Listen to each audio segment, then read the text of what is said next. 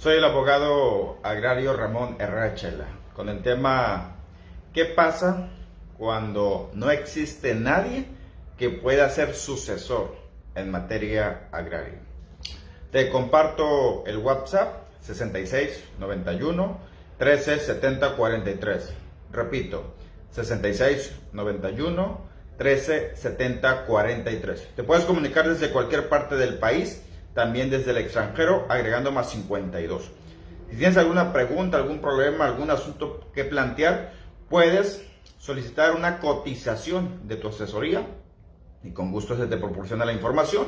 Dalo por hecho que el precio es simbólico en relación a lo que esté en juego, en relación a lo que te interesa respecto a la asesoría.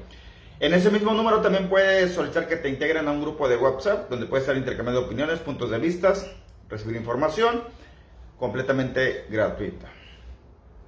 En Facebook está el grupo Derecho Agrario, toda una comunidad donde puedes plantear tu asunto y ahí entre todas y todos procuramos ayudarte. En YouTube está el canal Ramón Herrera Chela. Ahí puedes encontrar cualquier tema que te interese del derecho agrario, justicia agraria, abogacía agraria. Escribe la palabra o la frase, agrégale más Ramón Chela y te va a aparecer el video del tema que andas buscando o que tiene relación con el mismo. Completamente gratuitos todos los videos. El tema de hoy aplica por igual para ejidos y comunidades, por equidad de género cuando me refiero a sucesor, a ejidatario, y desde luego que me refiero a ambos géneros, mujeres y hombres, personas todas, todos. Solo singularizo por la rapidez de los tiempos en vivo de la grabación. Pues bien, tenemos el típico problema. ¿Qué pasa cuando no existe nadie que pueda ser el sucesor? O existiendo, tiene un impedimento. ¿Qué hacemos ante esa situación? Los motivos, las causas y las razones pueden ser las siguientes. Número 1, no existe lista de sucesión. No existe testamento hecho ante notario público.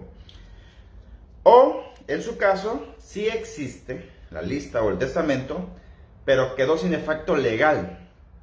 Ya sea que falleció también el que venía nombrado ahí, o que declararon nulo el documento. Eso conforme al artículo 17 de la Ley Agraria, la elaboración de lista de sucesión o testamento hecho ante notario puede quedar sin efecto legal.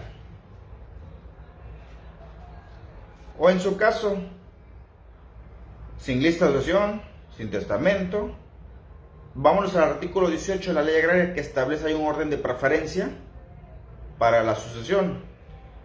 Pero hay casos reales donde el ejidatario nunca se casó o en su caso se divorció o no tuvo concubina en ningún momento, menos al fallecer, o no tuvo hijos o los hijos fallecieron también antes que él, o no reconoció legalmente a los hijos.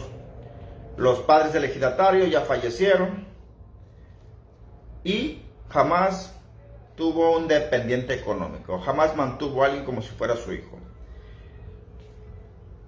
Me ha tocado casos donde se agota la lista y no resultó nadie.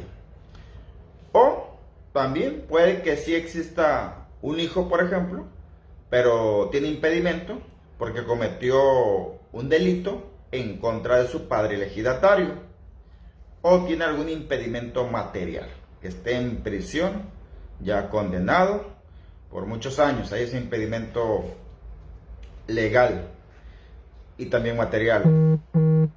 También suele suceder que se declare ausente en términos de la ley, la legislación civil, o en su caso desaparecido en términos de la legislación penal, posiblemente por la comisión de algún delito, desaparecieron pues a una persona.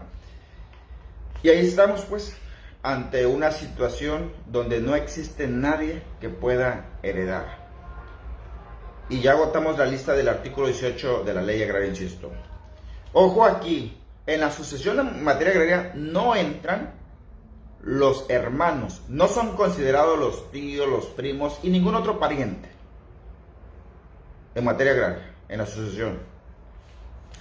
Es estrictamente vertical, de arriba hacia abajo, la sucesión en materia agraria. No es horizontal, es decir, no incluye a los hermanos, a los primos o a los tíos. También para que tomen en cuenta esto. Y aquí están, entonces ya la introducción al tema de cuáles son los motivos o las variantes cuando no existe ninguna persona que ni por lista de sucesión, ni por testamento, ni por sucesión intestamentaria, agotado la lista, de ahí de los que propone el artículo 18 de la ley agraria, no existe. Entonces, ¿qué hacemos? La ley agraria, en su artículo 19, propone lo que se debe hacer. Cuando no existan sucesores, insisto mucho en ese punto, porque por ahí a veces veo que hacen preguntas a otros ponentes, donde dice, ¿qué pasa si no existen sucesores? Ellos de inmediato van a explicar el artículo 18 de la ley agraria, la lista de la esposa, la concubina, lo que les acabo de mencionar, pues, y no se refiere a eso la pregunta. Se refiere a que no existe nadie de la lista. No existe testamento, no existe lista, o si existió, quedó nula, o quedó sin efecto legal por los motivos que ya expliqué, y que tampoco existe esa relación que establece el artículo 18 de la ley agraria. A eso se refieren las preguntas, y ese es el video que está abordando este tema. Entonces señala el artículo 19 de la ley agraria, el tribunal agrario proveerá lo necesario para que se vendan los derechos correspondientes al mejor postor de entre los ejidatarios y avecindados del núcleo de población de que se trate.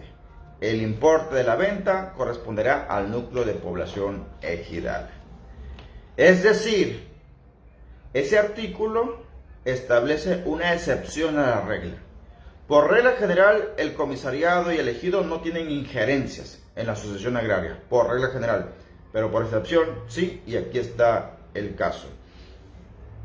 De entrada, para interpretar a qué se refiere ese artículo, ahora,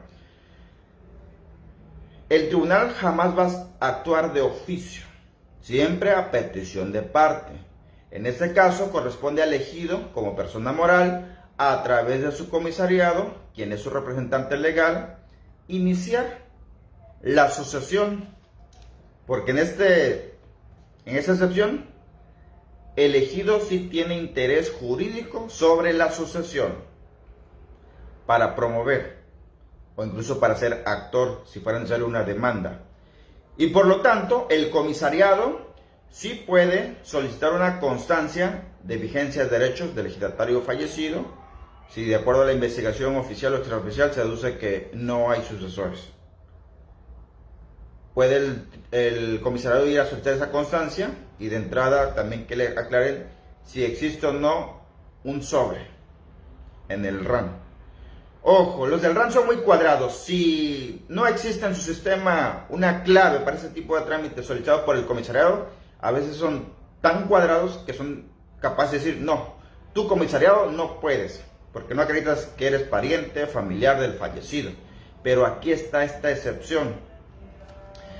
Ante esa negativa, pues el comisariado puede ir ante el tribunal agrario para que el tribunal agrario le requiera al RAN que lleve a cabo esa primera etapa de investigar y que confirme que no hay sucesores registrados, o si acaso los hay, la persona ya falleció o la persona está desaparecida o ausente.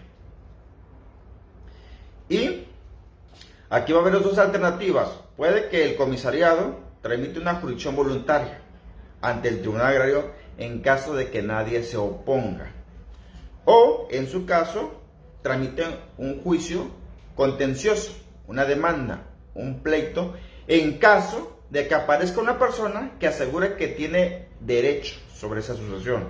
Por ejemplo, que se considera que tiene la expectativa de derecho porque asegura ser la concubina o asegura ser el dependiente económico y se opone a lo que quiere tramitar el comisariado, o asegura que le pertenece la parcela o el cercado de uso común, o que existe algún contrato vigente sobre esas tierras, sobre sus derechos, y ya será el tribunal quien dicte una sentencia definitiva y que quede firme, insisto, promovida o presentada por el comisariado en nombre del ejido o de la comunidad. Llegada la sentencia y que tenga el rango de ya cosa juzgada, sentencia firme, entonces procede al remate judicial, a la venta de los derechos, sea parcela o uso común. Los solares no entran en la sucesión agraria, por cierto.